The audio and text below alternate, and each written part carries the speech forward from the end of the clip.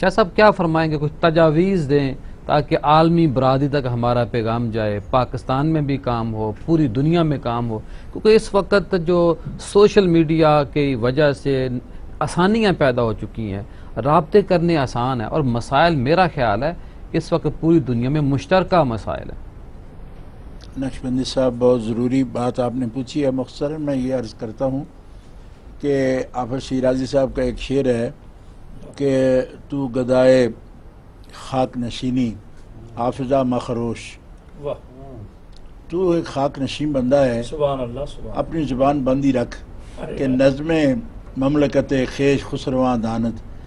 کہ اپنی مملکت کا جو نظام ہے وہ بادشاہی جانتے ہیں اللہ، جنہوں نے اس کی واگ ڈور سنبھالی ہوئی ہے۔ بات اصل میں یہ ہے کہ مجتہدین جو ہیں وہ علم کے بادشاہ ہیں، حکمت و دانش کے بادشاہ ہیں، لیکن جو سیاست کے بادشاہ ہیں نا، ان کے سامنے ان کی پیش نہیں چل رہی، اور معاشرہ جب تک خود تعلیم یافتہ نہیں ہوگا علم و حکمت کو کبھی پذیرائی نہیں ہو سکتی۔ ظاہر ہے کہ جو جس چیز کو جانتا ہے وہی قدر کرتا ہے اس کی۔ جی بالکل۔ اب علم و حکمت سے اگر پورا معاشرہ دور ہے تو ان چیزوں کو وہ اہمیت حاصل نہیں ہوتی، اور عالمی اثرات کے تحت، یعنی اختصار سے کام لیتے ہوئے یہ کہتا ہوں، عالمی اثرات کے تحت ہماری جو قیادت ہے پوری عالمی اسلام کی، اس کو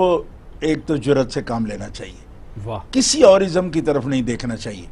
اسلام ایک کامل دین ہے، ماشاءاللہ۔ جیسا علماء کرام نے پہلے سارے پیش کیا ہے، الیوم اکملت لکم دینکم واتممت۔ یہ سب کچھ ہوتے ہوئے بھی کسی نہ کسی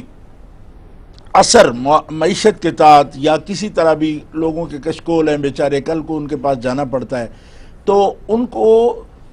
آدھا آدھا نظام کبھی دین کا چاہیے نہیں چاہیے اس کا فیصلہ نہیں کر پاتے۔ وہ سب سے پہلی تجویز یہ ہے کہ عالمی ادارے اس بارے میں مضبوط ہونے چاہیے، اور عالمی قیادت کو اللہ کے سامنے جواب دہی کے لیے، کیونکہ مرنا تو سب نے، جیسے گداگر مر جائیں گے بادشاہ بھی مریں گے، اللہ کے سامنے ان کو جواب دہ ہونا ہے۔ من لم یحکم بما انزل اللہ فاولئک هم الفاسقون اولئک هم الظالمون اولئک هم الکافرون، کہ جو کتاب اللہ کی حکمت کے ہوتے ہوئے اس کی یعنی نفاذ میں کوتاہی کرتے ہیں، اور پھر وہ حکومت بھی کرتے رہتے ہیں مدتوں اور پھر چلے جاتے ہیں، تو کس زمرے میں ان کو سمجھا بار بار جائے؟ روتے ہیں دوبارہ مل جائے، دوبارہ ملے، سے بارہ ملے، مطلب 1000 بار بھی ملے گی تو جرأت نہیں ہے اور وفاداری نہیں ہے اللہ کے دین کے ساتھ، تو پھر یہ گلا ہوتا رہے گا کہ علماء یا حکماء جو ہیں وہ شاید بانجھ ہو چکے ہیں، وہ کچھ اس بارے میں دقت نظر سے کام نہیں کر رہے۔ ایسا نہیں ہے، اس بارے میں دو رائے، ایک تو یہ رائے ہے حکومتوں کے لیے کہ ان کو جرأت ایمانی سے کام لینا چاہیے، اور اللہ کے سامنے جواب دہی کے تصور کے ساتھ دین اسلام کی طرف پلٹنا چاہیے۔ دین اسلام جامع دین ہے، اس کی برکات ان کو ضرور وہ حاصل کریں۔ دیکھیں فقہا نے اپنے وقت میں جو کچھ کام کیا نا، وہ حکمران چاہے جیسے بھی تھے، میں اب یہ بات کہتا ہوں خلفائے راشدین کے بعد مثال کے طور پر بنو امیہ کے لوگ تھے یا بنو عباس کے لوگ آئے، پھر جناب مصر میں فاطمیین کی حکومت تھی، پھر ہندوستان میں مغلیہ سلطنت ہوئی، وہ بادشاہ مسلمان جو ان میں بادشاہ تھے، ان کی بادشاہت میں 1000 قباحتیں ان جیسی موجود ہوں گی، مگر نظم اجتماعی کے لیے ہر دور میں انہوں نے فقہا کی خدمات ضرور حاصل کی ہیں۔ بڑی بات۔ دیکھیے یہ جو فقہ حنفی کا ایک بہت بڑا رواج ہے، اس کی ایک وجہ یہ بھی ہے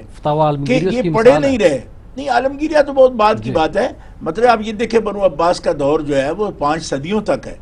بنو امیہ کا 1 صدی تک ہے، یعنی 72 سال تقریباً ان کا دور تھا، 350-400 یہاں پہ مغلیہ سلطنت کا ہے، فاطمیین کا دور ہے مصر کے اندر، وہاں مطلب ہر دور میں جب تک فقہا کی ان تمام قیمتی موتیوں کو، ان کے اجتہادات کو نافذ نہیں کیا گیا عدالتوں میں باقاعدہ، تو ان کا بھی یہی حال ہوتا جو آج کل کی تحقیقات کا ہو رہا ہے۔ وہ حکومت جب اپنے فائدے کے لیے یا نظم اجتماعی چلانے کے لیے اس قانون اسلامی کو نافذ کرتی ہے تو اس سے ہی وہ فکر جو ہے وہ جلا بھی پاتی ہے اور اس کی تاریخ جو ہے وہ بھی مضبوط رہتی ہے۔ آج جو فقہ ایک مکمل صورت میں ہمارے پاس موجود ہے، سب فقہیں، اس کی یہ وجہ ہے کسی نہ کسی طرح وہ پریکٹس میں رہی ہیں۔ اگر پریکٹس نہ ہوتی تو آج ان کتابوں کو دیمک کھا جاتی اور بڑا مشکل ہو جاتا ان کو بچا کے رکھنا بھی.